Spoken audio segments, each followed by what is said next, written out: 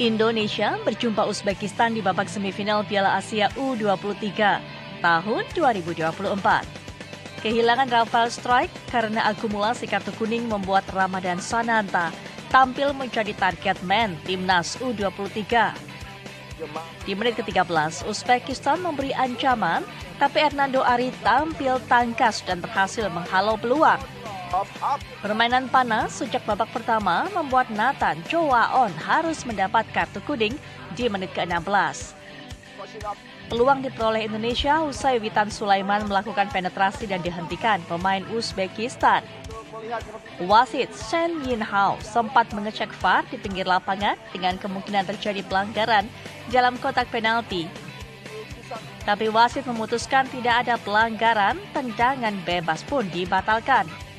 Babak pertama berakhir kacamata. Di babak kedua, pertandingan berlangsung makin sengit. Di menit ke-64, Indonesia berhasil mencetak gol usai Muhammad Ferrari melakukan tendangan keras dari dalam kotak penalti dan merobek gawang Uzbekistan. Sayangnya gol Ferrari dianulir usai wasit melakukan tinjauan VAR dan Ramadan Sananta dinyatakan dalam posisi offside.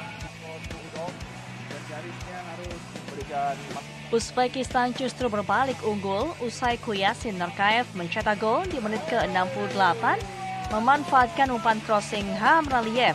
Uzbekistan 1, Indonesia 0. Indonesia harus bermain dengan 10 orang setelah Rizky Ridho mendapat kartu merah di menit ke-82. Aslinya.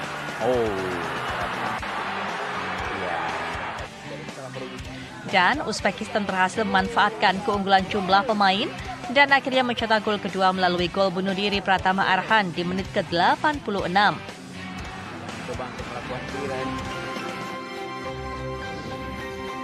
Assalamualaikum pemirsa, bagaimana kabar Anda hari ini? Semoga sehat selalu ya. Seperti biasa, sebelum beraktivitas, kita update dulu yuk seputar informasi menarik agar pagi Anda lebih berisi.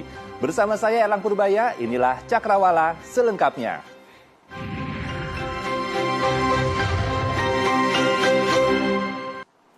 Ribuan supporter beramai-ramai mengikuti acara nonton bareng nobar Timnas Indonesia U23 kontra Uzbekistan. Ribuan supporter dari berbagai daerah memenuhi acara nobar Timnas Indonesia U23 di Stadion Utama Gelora Bung Karno, Senayan, Jakarta.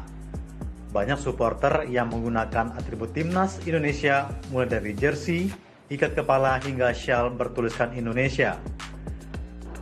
Acara nonton bareng di Avenue of the Star Lipo Mall Kemang telah dimulai 2 jam sebelum kick-off pertandingan dengan rangkaian acara sejak pukul 19 waktu Indonesia Barat tadi. Di sini hadir Ketua Komite Olimpiade Indonesia NOC Raja Sabta Oktohari, Chef de Mission Tim Indonesia Olimpiade Paris Anindya Novian Bakri, dan Ketua Umum PSSI periode 2019 sampai 2023 Muhammad Iriawan. Juga hadir ratusan orang dari masyarakat umum. Semua menyaksikan langsung jalannya pertandingan melalui layar besar dan mendengarkan menggunakan sound system canggih. Semua mata tertuju ke siaran langsung dari Stadion Abdullah bin Khalifa, Doha, Qatar, tempat berlangsungnya laga semifinal Piala Asia U23 Indonesia kontra Uzbekistan. Inilah suasana jutaan warga hadir nonton bareng di Taman Stadion Patriot yang berada di Jalan Amayani, Kota Bekasi, Jawa Barat. Ribuan warga menyaksikan pertandingan timnas menghadapi Uzbekistan. Di lokasi disiapkan videotron berukuran besar di sudut tenggara alun-alun Purwokerto, Kabupaten Banyumas.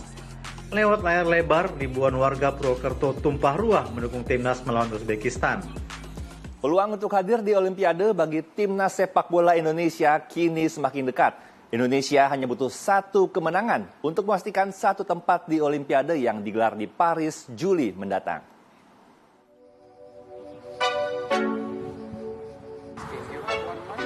Timnas Indonesia U23 sudah semakin dekat menuju pentas Olimpiade untuk pertama kalinya sejak tahun 1956. Jika berhasil menuntaskan perlawanan Korea Selatan di babak perempat final Piala Asia U23 nanti, maka Garuda Muda sudah akan menjadi salah satu calon kontestan Olimpiade 2024 yang akan digelar di Paris pertengahan tahun ini. Seperti diketahui, 4 negara yang lolos ke semifinal Piala Asia U23 akan mengisi slot zona Asia di Olimpiade. Juara 1, 2, dan 3 akan otomatis lolos ke Olimpiade, sementara juara keempat akan bertemu dengan wakil Konfederasi Afrika di babak playoff.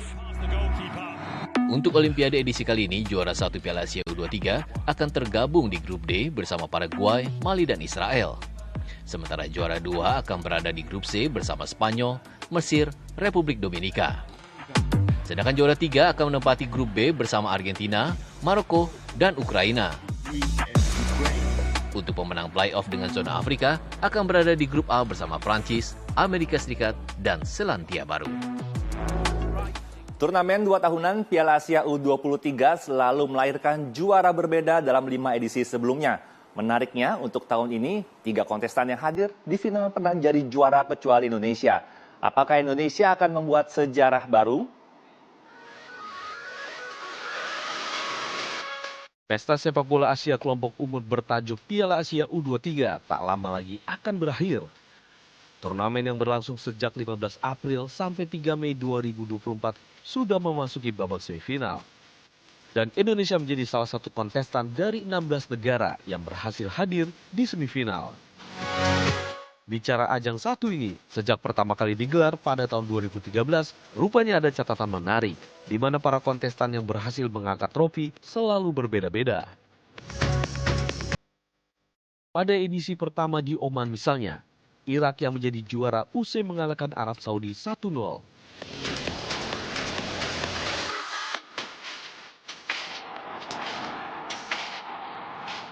Pada perhelatan 3 tahun berselang, giliran Jepang yang menjadi kampiun saat Qatar menjadi tuan rumah. Jepang menang atas tetangganya Korea Selatan.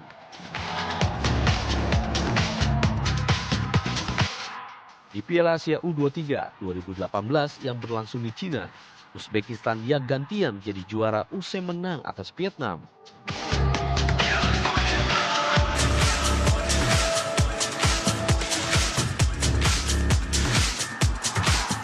Selanjutnya di Piala Asia U23 2020 yang digelar di Thailand, menghasilkan Korea Selatan menjadi juaranya.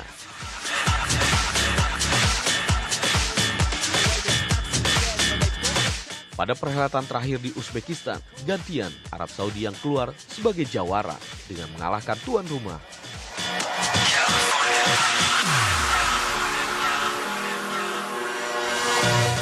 Menariknya, untuk tahun ini, 3 kontestan yang hadir di semifinal sudah pernah menjadi juara kecuali Indonesia. Puluhan ibu-ibu di Kabupaten Bogor, Jawa Barat menggeruduk warung penjual obat keras. Warga yang kesal menghancurkan warung tersebut.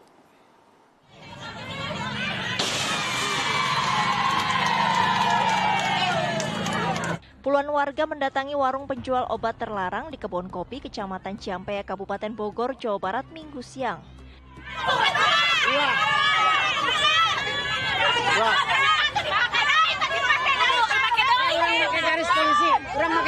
Warga yang sebagian ibu-ibu merasa kesal karena obat keras dijual bebas ke sekelompok remaja. Mereka pun menghancurkan warung tersebut.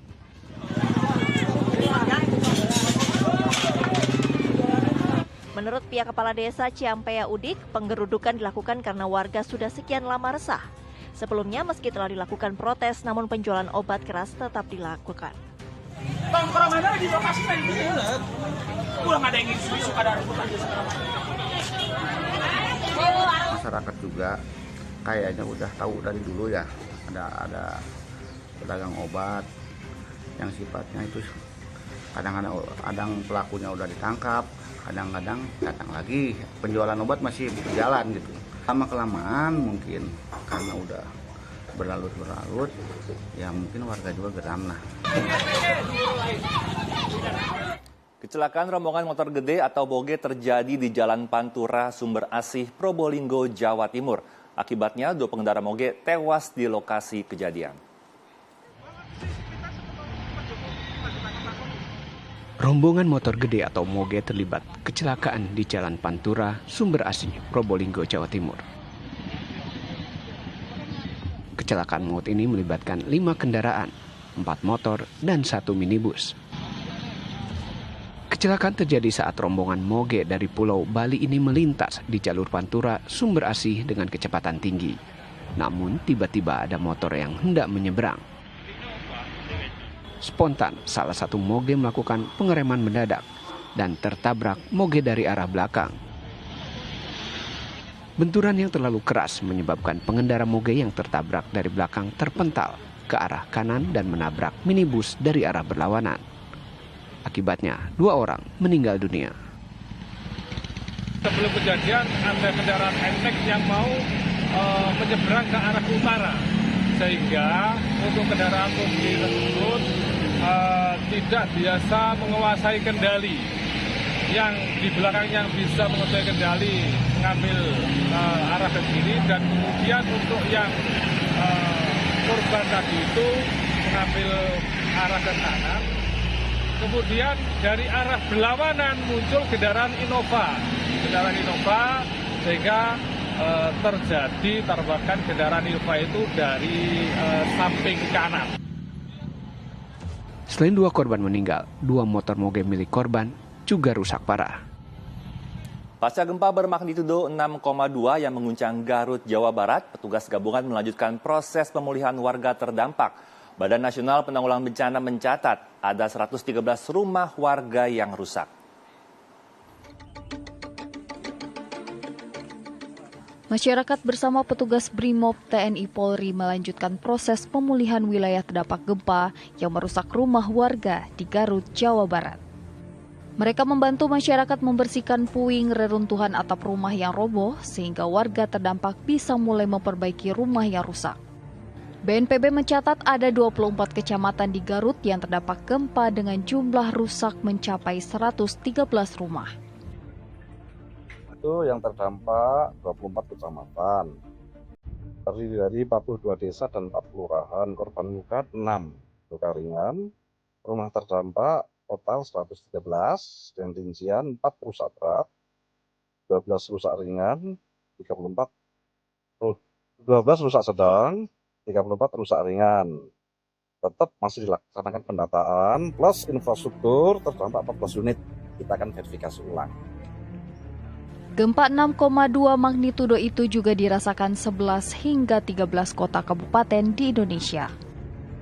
Sementara untuk para korban luka-luka telah bisa pulang dari puskesmas dan klinik usai mendapat perawatan. Pasien perdana transplantasi ginjal Gayu Laundeng Putri yang mendapatkan donor ginjal dari ayah kandungnya Agus Arifin, kini kondisinya telah pulih dan bisa melakukan aktivitas sehari-hari. Gayu Laundeng Putri berhasil melaksanakan tindakan operasi dengan tingkat kesulitan yang tinggi dan melewati rangkaian kegiatan termasuk syarat medis dan administratif di RSPAL Dr. Ramelan, Surabaya, Jawa Timur. Setelah melaksanakan operasi merasa lebih baik, Gayu akan melanjutkan pendidikannya di perguruan tinggi.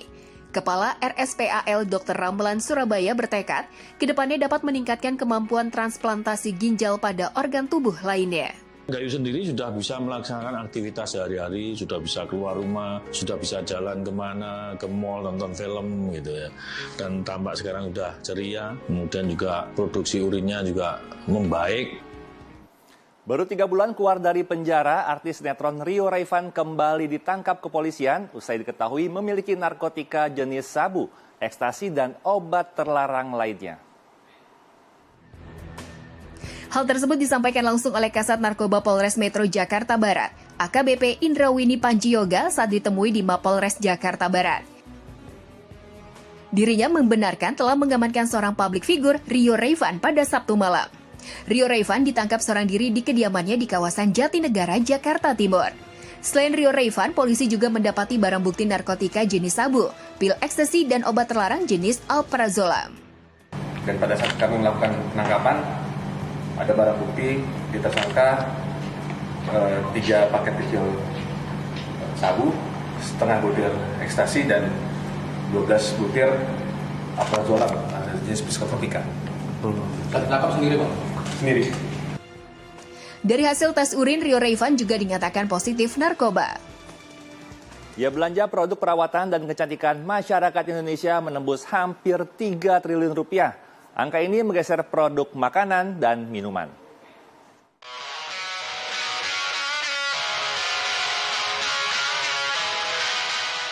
Berdasarkan data laman lembaga riset bisnis kompas.co.id, pada periode Ramadan dan Lebaran tahun ini, penjualan produk kecantikan di Indonesia secara daring terjual 77,6 juta unit senilai hampir 3 triliun rupiah.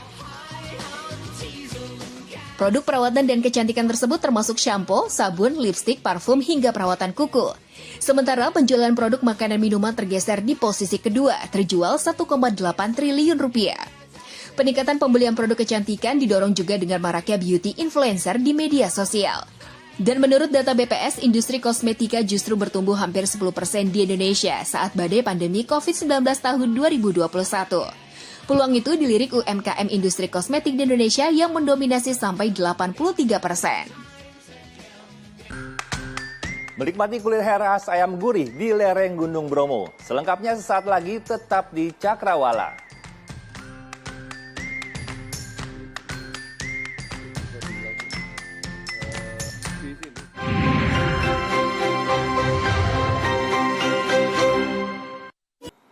Terima kasih Anda masih menyaksikan Cakrawala bersama saya Erlang Purbaya. Pemirsa, seorang pria yang baru menikah hilang tercebur ke sungai saat hendak menjemput istrinya di Mojokerto dengan motor trail. Jasadnya ditemukan tim SAR gabungan di bawah jembatan. Diduga korban hilang kendali saat naik motor.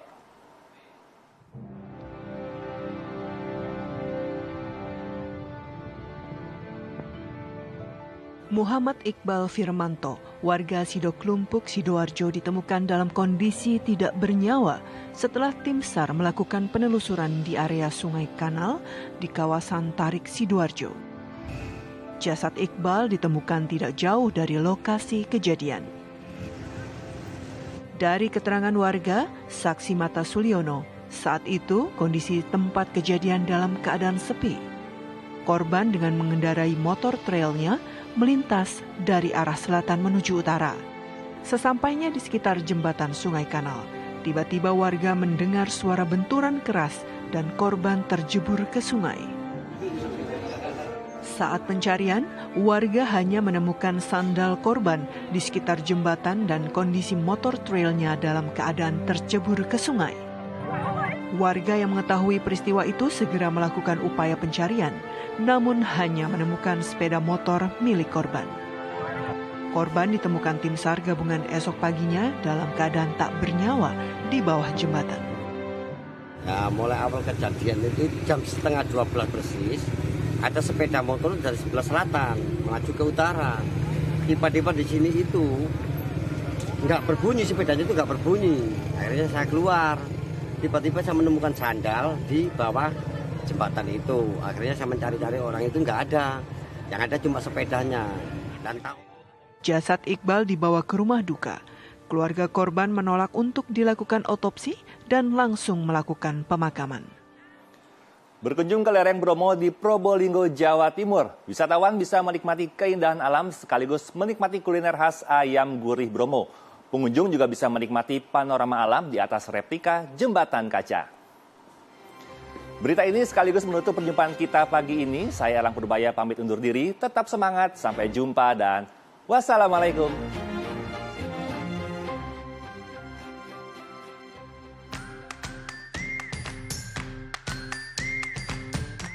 Berkunjung ke lereng Bromo di Probolinggo, Jawa Timur, selain menikmati keindahan alam, kurang lengkap rasanya jika tidak mencicipi kuliner gurih Bromo.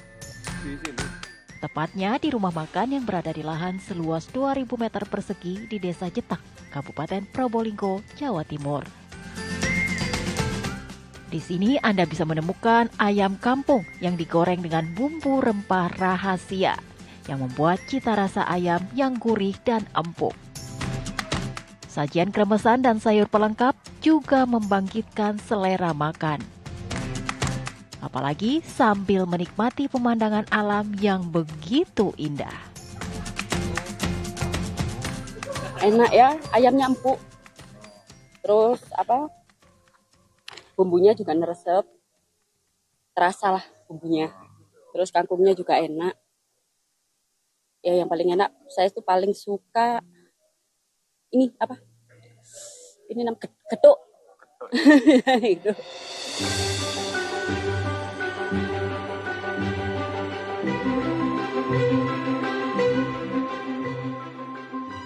Puas dengan sajian kuliner, pengunjung bisa menikmati panorama lembah dan perbukitan Tengger nan syahdu. Baik melalui balkon di lantai 2 ataupun di atas replika jembatan kaca. Menikmati jembatan kaca di sini gratis dan bisa diakses pengunjung dengan bebas. Lembutnya kabut dan suasana sejuk lereng Bromo membuat wisatawan pasti betah berlama-lama menikmati keindahan alam Pegunungan Bromo.